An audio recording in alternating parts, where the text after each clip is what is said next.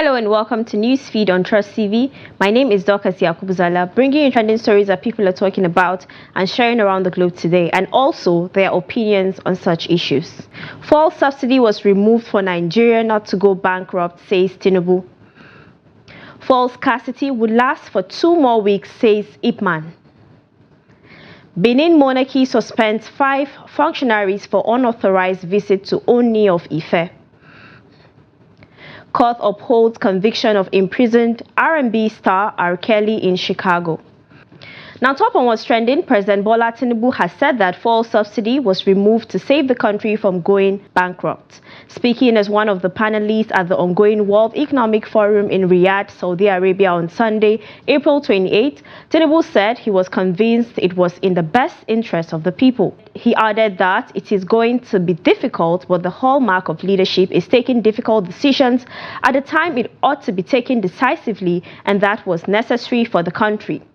Now, someone said, when the ex-president, Goodluck, wanted to remove it then, when the economy was still stable, you kicked against it, so why now? Another said, Obi supporters can never understand it, they are brainwashed.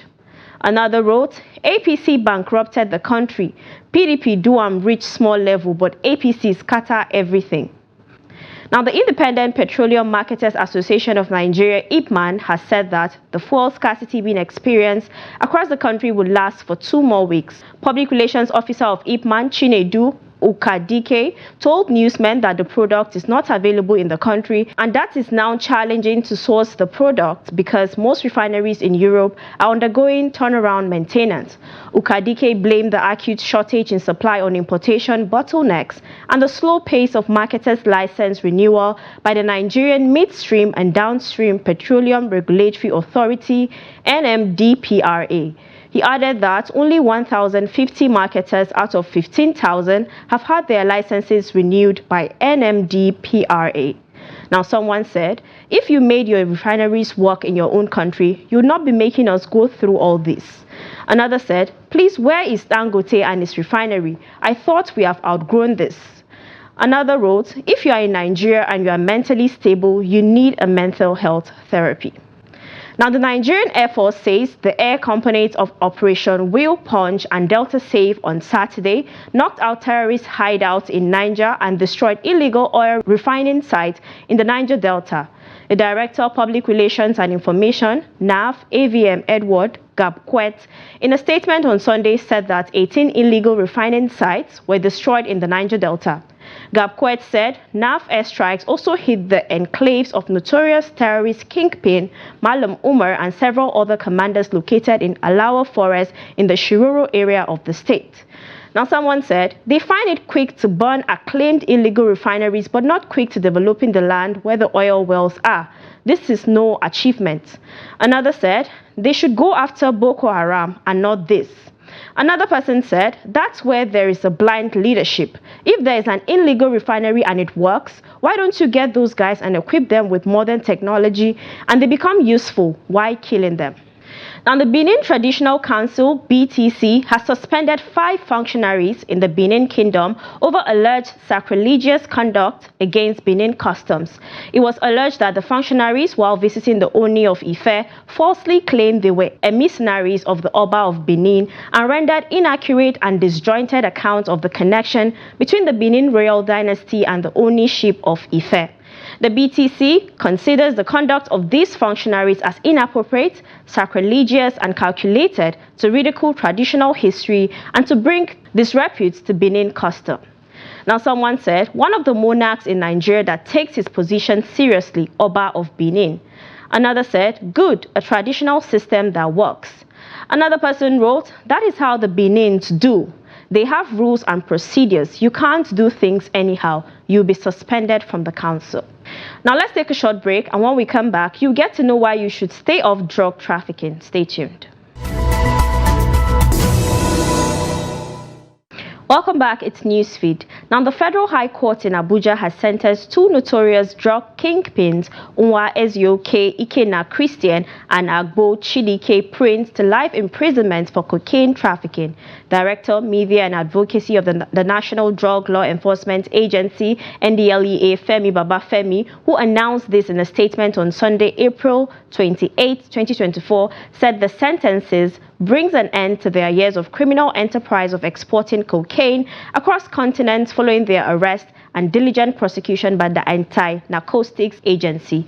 According to the statement, 43-year-old businessman Nwa Ezioke's journey to a lifetime in jail began when he was first arrested by NDLEA operatives on 19th March 2022 at the Nnamdi Azikiwe International Airport, Abuja, during the inward clearance of Ethiopian Airlines flight from Addis Ababa, Ethiopia, after he was found to have ingested 100 big wraps of cocaine weighing 2.243 kilograms. Now, a netizen said, "Why life imprisonment? Did he murder someone? I'm not in support, but follow the law and criminal acts of the country, not just decision alone of the judge."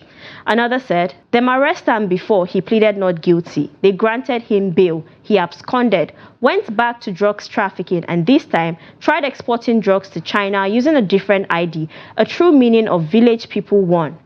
Another wrote, "When you see people lavishing money anyhow, driving big cars, envy no one, because this is what some of them do for a living." And the Lagos State Police Command has launched an investigation into the death of a 42-year-old man, Gihan Mbelu, said to be the chairman of the Victoria Garden City in the Lekki area of the state.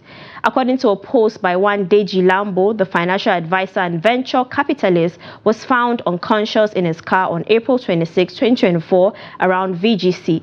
He was rushed to the Lagos University Teaching Hospital where he was confirmed dead by a doctor on duty. Until his death, Mbelu was married to Eloho, a tech entrepreneur, former investment banker, and private equity investor. They have two daughters. Reacting to the post, the spokesperson of the State Police Command, Benjamin Hundeyin, confirmed the incident on Saturday, April 27th, saying that investigation has commenced into the case. Now, a netizen said, "You found someone unconscious at VGC. Una carry am go Luth. If he was alive, he would have died before getting to Luth. RIP to him."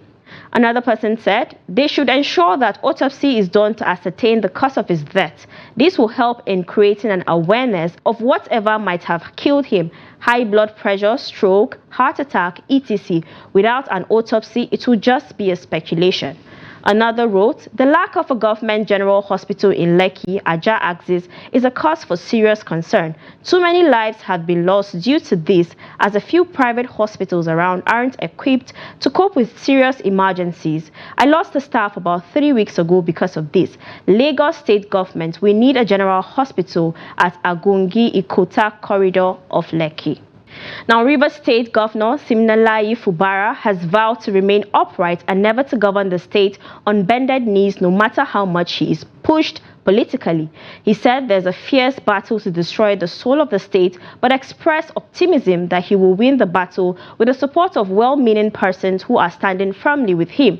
Governor Fubara made the remark at the country home of Sir Celestine Umehia in Ubima, Ikwere local government area of Rivers State on Saturday.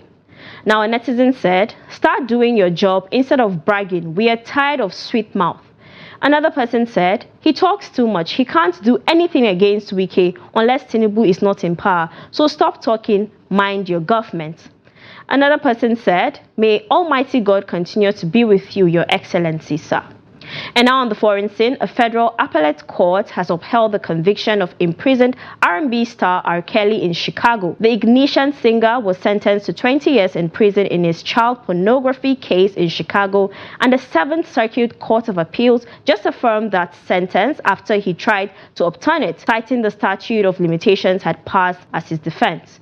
The court stated that Kelly's 30-year sentence in his New York case was the elephant in the room, and the Chicago case sentence was set with that in mind. According to the court, the sentence also makes sense in light of the horrific nature of the crimes R. Kelly was convicted of in 2021. In his New York appeal, Kelly argued the highly influential Surviving R. Kelly Lifetime docuseries influenced the trial before it even got off the ground, and he was unfairly painted to be guilty. But with this ruling out of Chicago federal court, the future may not be too promising for his chances in New York, but the court will have the final say. Now, someone said, "Really can't wait for him to be free indeed. Guys, be careful around women. Woman sent him to jail." Another said, "R. Kelly songs inspired me a lot, but I don't know why he did what he did. If he really did it, let God give him the punishment he deserved. And if he didn't, and it was a false accusation or mistakes, let God be the judge of that." Another person asked, "When will the storm be over?" And now to a compilation of kids' reaction to food. Take a look.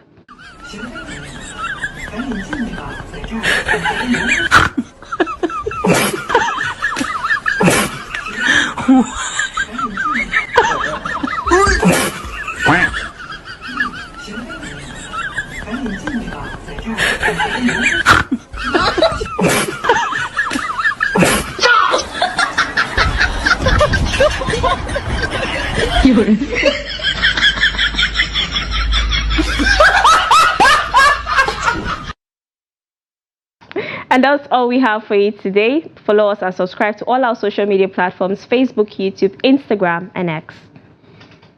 Until next time, goodbye.